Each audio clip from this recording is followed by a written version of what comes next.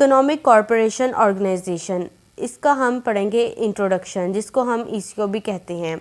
Eco एक regional organisation है जो इस्टेब्लिश हुई थी 1985 में, और उसको 3 कंट्रीज़ ने इस्टेब्लिश किया था, ईरान, पाकिस्तान एंड टर्की ने। ईसीओ का मेन गोल था कि वो प्रमोट करे इकोनॉमिक, कल्चरल, टेक्निकल कॉपरेशन अपनी मेंबर स्टेट्स के अमंग। ईसीओ से पहले एक और ऑर्गेनाइजेशन बनाई गई थी आरसीडी के नाम से, रीजनल कॉपरेशन फॉर डेवलपमेंट। इसको बनाया था 1964 में और ख़त्म हुई थी 1979 में।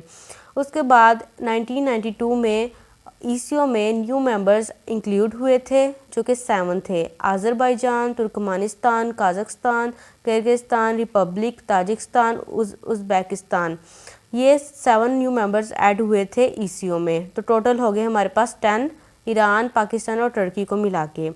ईसीओ जो था उसके जो ऑब्जेक्टिव था वो सिमिलर था यूरोपियन यूनियन से, कि इसका ये एम था कि वो क्रिएट करे ट्रेडिंग ब्लॉक अपनी मेंबर स्टेट्स के दरमियान। और इन्होंने फोकस किया था 3 एरियाज़ पर, कल्चर, इकोनॉमिक और साइंस पर। अब ये जो मेंबर स्टेट्स थे ये जियोग्राफिकली एक दूसरे से कनेक्ट करते थे रोड के ज़रिए, एयर के ज़रिए और सी के ज़रिए, तो ये फैसिलिटेट कर सकते थे इजीली ट्रेड। ईसीओ ने प्रोवाइड किया था एक्सेस अरेबियन सी को for landlocked central Asian countries. Landlocked central Asian countries वो हैं जिनके साथ कोई सी नहीं लगता, यानी लैंड के साथ लैंड है, एक कंट्री के साथ दूसरी कंट्री है, उसके बॉर्डर के साथ कोई सी नहीं है। उसने ओपन किए थे न्यू ट्रेड रूट्स मेडिटरेनियन सी के ज़रिए तुर्की और पर्शियन गल्फ को थ्रू ईरान। अब स्ट्रक्चर क्या था ईसीओ का? अब ईसीओ का गोल्स को अचीव करने के लिए ईसीओ ने इस्टेब्लिश किए थे इंस्टीट्यूशन और एजेंसीज, और वो कौन सी थी? ECO trade agreement, transit trade agreement, transit transport framework agreement. और ईसीओ ने इनिशिएटिव्स भी इम्प्लीमेंट किए थे, ECO smuggling, customs offences data bank, जो कि एड्रेस करता था कस्टम रिलेटेड इश्यूज़। अब नेक्स्ट पॉइंट है हमारे पास trade facilitation activities. ECO members जो हैं वो जियोग्राफिकली एक दूसरे से बहुत क्लोज हैं। पास में जो कंट्रीज़ थी इनको फ्रीडम था कि वो ट्रेड को मूव भी कर सकते हैं एक दूसरे की कंट्रीज़ में और ट्रेड भी कर सकती हैं, लेकिन कॉलोनाइजेशन की वजह से ये जो कनेक्शंस थे ये डिस्टर्ब हो गए थे। इंडिपेंडेंस गेन करने के बाद ये कंट्रीज़ अपने लिंक्स को इन्होंने दोबारा इस्टेब्लिश किया, क्योंकि ये जो कंट्रीज़ हैं ये रिच हैं नेचुरल रिसोर्सेज में, कोल और ऑयल में, और ऑयल जो है वो 6.8% है। अब 1998 से लेकर 2002 तक एक्सपोर्ट्स जो थी वो अपनी पीक पर थी, $94.6 बिलियन एक्सपोर्ट्स हुई थी। अर्ली 2000 में 215 रीजनल एग्रीमेंट्स हुए थे। ईसीओ की जो ट्रेड स्ट्रेटजी थी वो 5 की पिलर्स पर थी: trade liberation, trade facilitation, trade promotion, WTO accession, private sector cooperation, regional connectivity, trade financing. उसके बाद हमारे पास नेक्स्ट पॉइंट है कि 3 एग्रीमेंट्स हुए थे इकोनॉमिक कोऑपरेशन के। तो फर्स्ट है इकोटा, इसका एब्रीविएशन है इकोनॉमिक कोऑपरेशन ट्रेड एग्रीमेंट। ये हुआ था जुलाई 2003 में और ये साइन किया था ईसीओ कंट्रीज़ ने। इस एग्रीमेंट के अकॉर्डिंग प्रमोट करना था ईसीओ ने trade within ECO reason,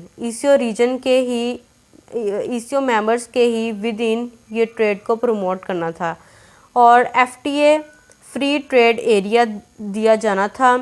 और ईसीओ मेंबर जो थे वो रिसीव इस एग्रीमेंट के अकॉर्डिंग ईसीओ मेंबर जो हैं वो रिसीव करेंगे trade items without imposing any tariffs. और पाकिस्तान ने इंपोर्ट और एक्सपोर्ट की थी जो कि वैल्यूड थी 1.3 से लेकर $1 बिलियन तक। उसके बाद सेकंड पॉइंट है कासा 1000, इसके एब्रीविएशन है central Asia south Asia power project.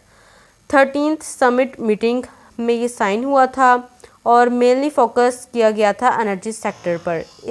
ये जो एग्रीमेंट हुआ था ये लॉन्च हुआ था मई 12, 2016 में ताजिकिस्तान में, और इस एग्रीमेंट में प्राइम मिनिस्टर्स इंक्लूड थे ताजिकिस्तान के, किर्गिस्तान के, पाकिस्तान के, अफ़गानिस्तान के।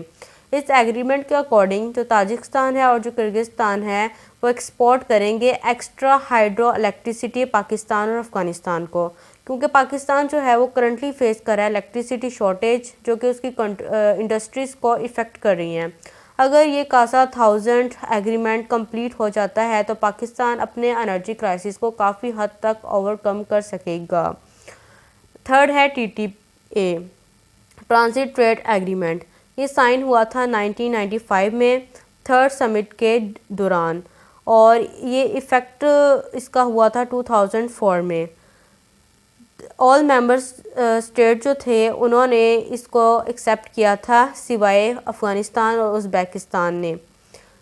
उन्होंने इस एग्रीमेंट को एग्री नहीं किया था और इस एग्रीमेंट का मेन पर्पस था कि ये ECO मेंबर कंट्रीज़ के दरमियान ट्रेड को फैसिलिटेट करे और अलाउ करे ट्रांसपोर्टेशन मेथड्स को, रेलवेज़, रोड, सी और एयर को, यानी इन मेथड्स के ज़रिए ट्रेड हो। और 2017 की समिट के दौरान ये एग्रीमेंट हुआ था कि ECO मेंबर्स जो हैं वो CPEC से भी बेनिफिट हासिल करेंगे।